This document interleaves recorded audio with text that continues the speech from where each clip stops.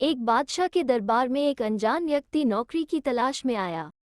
बादशाह ने उससे उसकी योग्यता पूछी तो उसने कहा, सियासी हूँ। अरबी भाषा में सियासी उसे कहते हैं जो अपनी बुद्धि और ज्ञान से किसी भी समस्या को आसानी से सुलझा सकता है। बादशाह के दरबार में सियासतदानों की कमी न थी, लेकिन बादशाह उसके आत्मविश्वास से बहुत प्रभावित हुआ और उसे घोड़ों के तबेलों का प्रमुख बना दिया गया। कुछ दिनों बाद बादशाह के मन में ये विचार आया कि अपने तबेले में सबसे महंगे घोड़े के बारे में जानकारी हासिल की जाए। इसी उद्देश्य से बादशाह ने तबेले के प्रमुख को बुलाया और उससे घोड़े के बारे में पूछा। तब उस व्यक्ति ने जवाब दिया, बादशाह सलामत, ये घोड़ा नस्ली नहीं है। बादशाह ये सुनकर हैरान हुआ। उसने उस आदमी को बुलाया जिससे वो घोड़ा लिया गया था। उसने बताया कि घोड़ा तो नस्ली है, लेकिन जब ये पैदा हुआ था तो इसकी मां मर गई और इसका पालन पोषण गाय का दूध पीकर हुआ है। बादशाह ने तबेले के प्रमुख से पूछा कि उसे इस बात का पता कैसे चला। तब उसने जवाब दिया, ये घोड़ा जब घास खाता है तो गायों की तरह सर नीचे करके ही खाता है, जबकि नस्ली घोड़े जब भी घास खाते हैं तो वो घास मुंह में दबा लेने के बाद सर उठा लेते हैं और फिर खाते हैं। बादशाह उसकी अक्लमंदी से बहुत खुश हुआ और इनाम के तौर पर उसके घर अनाज, घी और बहुत सी खाने की चीजें भिजवाईं। इतना ही नहीं, उसे अपनी मल्लिका की देखरेख के लिए महल में तैनात कर दिया।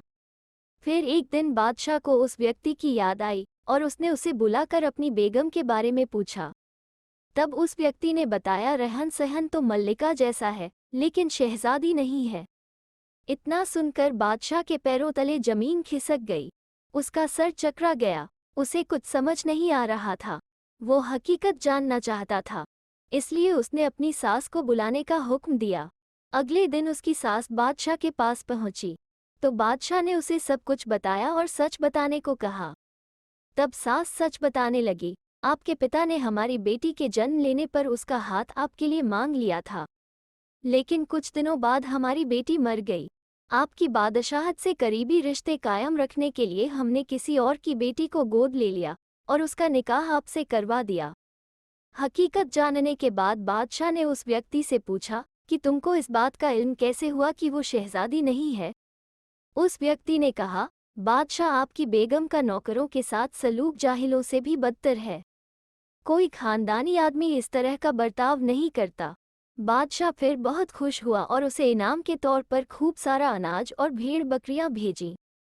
इसके साथ ही उसे अपना दरबारी बना लिया। कुछ दिन फिर बीते तो बादशाह ने सोचा, मैं इस आदमी से सबके बारे में पूछता हूँ, क्यों न आज अपने बारे में ही पूछा जाए। जब बादशाह ने अपने बारे में पूछा तो उस व्यक्ति ने कहा, अगर आप मेरी जान बख्शे तो ही मैं बता पाऊंगा।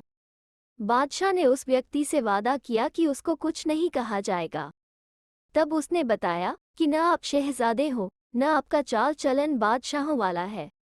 इतना सुनते ही बादशाह को बहुत गुस्सा आया, लेकिन उसने वादा किया था कि उसे कुछ नहीं कहा जाएगा।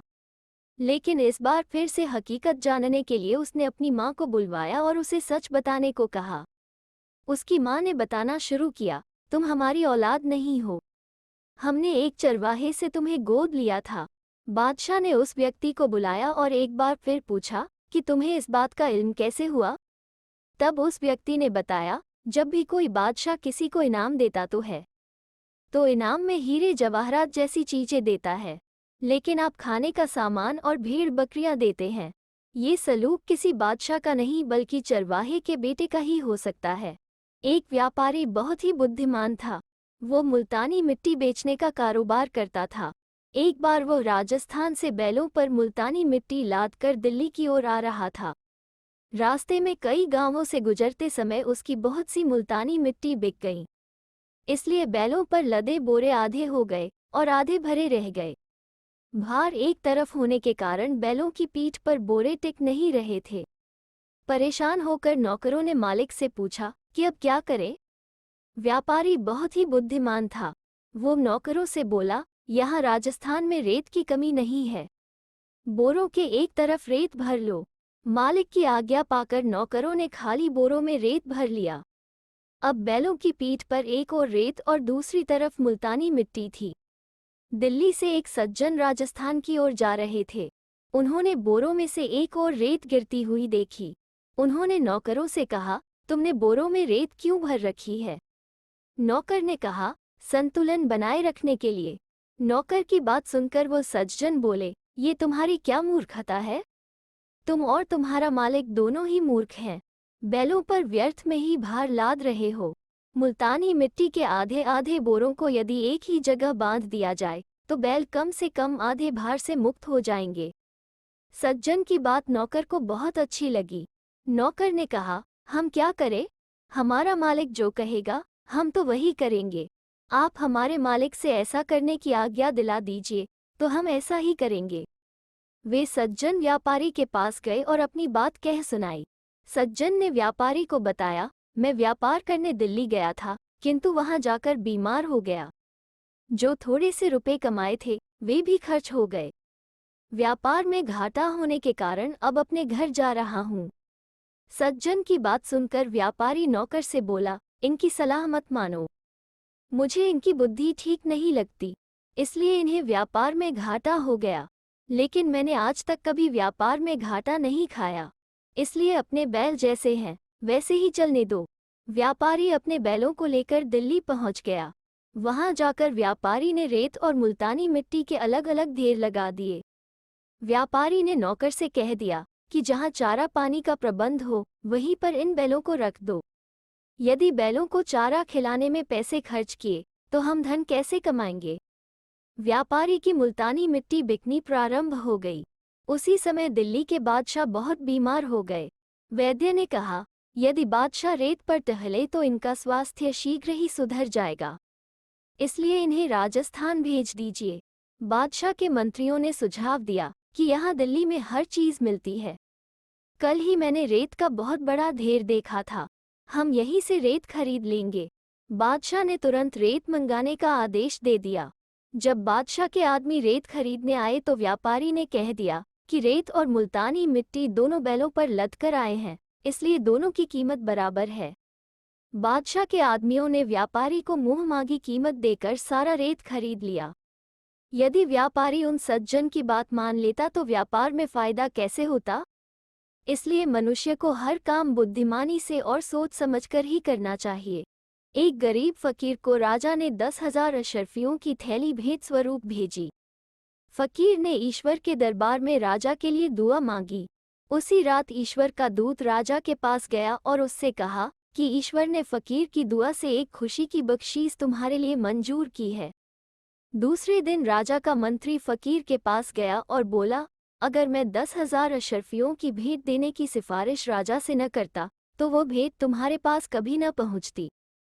फकीर ने मंत्री के लिए ईश्वर के दरबार में 10 दुआएं मांगी। उसी रात ईश्वर के फरिश्ते ने मंत्री के पास आकर बताया कि ईश्वर ने तुम्हारे लिए 10 खुशियों की भेंट मंजूर की है। तीसरे दिन राजा का दरबान फकीर की कुटिया में गया और बोला, अगर मैं राजा के दरबार में उस आदमी को जो आपकी तंगी गरीबी का हाल राजा को सुनाने आया था न जाने देता तो वो भेंट आपको कभी नहीं मिल सकती थी। फकीर ने दरबान के लिए ईश्वर के दरबार में 100 दुआएं मांगी। रात उसी तरह ईश्वर के फरिश्ते ने उसके पास आकर उसके लिए ईश्वर के दरबार में मंजूर हुई 100 खुशियों की खुशखबरी दी। चौथे दिन दरबान का कहा हुआ वो आदमी स्वयं फकीर के पास आया और उसने अपने एहसान की बात कह सुनाई। फकीर ने उसके लिए 1000 दुआएं मांगी और उसी रात ईश्वर के फरिश्ते द्वारा ईश्वर के हाथों 1000 खुशियों की मंजूरी की खबर उसे भी मिल गई। 5वें दिन फकीर की पत्नी ने सारा भेद खोलते हुए कहा, मैंने ही उस आदमी को तुम्हारी और परिवार की भूख और तंगी का हाल सुनाकर राजा के पास फरियाद लेकर जाने की प्रेरणा दी थी। फकीर ने अपनी पत्नी के लिए 10,000 दुआएं ईश्वर के दरबार में मांगी और उसी प्रकार 10,000 खुशियों की भेंट उसके लिए भी मंजूर हो गई। राजा को फकीर की इन सब दुआओं और उनके फलों का समाचार मिला तो वो बहुत असंतुष्ट हुआ। फकीर को उसने अपने दरबार में हाजिर होने की आज्ञा दी। मैंने आपको इतनी बड़ी भेंट अपने पास से दी, उसका शुक्राना आपने सिर्फ एक खुशी की सिफारिश करके अदा किया और बीच के दूतों और कर्मचारियों को 10-10 गुनी करके 10,000 तक खुशियां दिलाई। आपके इस अनुचित व्यवहार के लिए आपको सजा क्यों न दी जाए?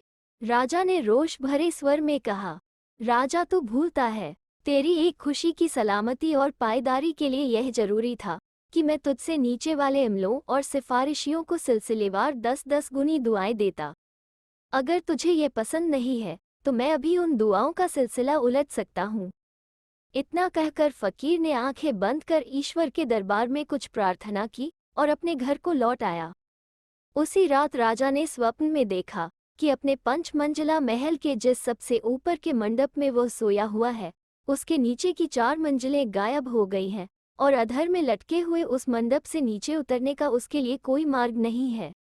गिरने के भय और मृत्यु की आशंका से राजा सोते सोते चिल्ला उठा। सहायता के लिए दौड़कर आए हुए सेवकों को भेजकर उसने उसी समय फकीर को बुला भेजा। फकीर के आते ही राजा ने उसके पैर पकड़ लिए। राजा की प्रार्थना पर उसने अपनी पहली दुआओं को फिर यथावत उलट दिया। राजा के महल की सबसे ऊपरी अटारी केवल एक खंभे पर खड़ी हुई थी और उससे नीचे की मंजिलें क्रमशः 10, 100, 1000 और सबसे निचली और चौड़ी मंजिल 10,000 खंभों पर टिकी थी। राजा के निजी कक्ष के एक खंभे की संभाल के लिए नीचे के इतने सब खंभे आवश्यक थे। अब फकीर की दुआओं की सार्थकता किसी से छिपी न थी।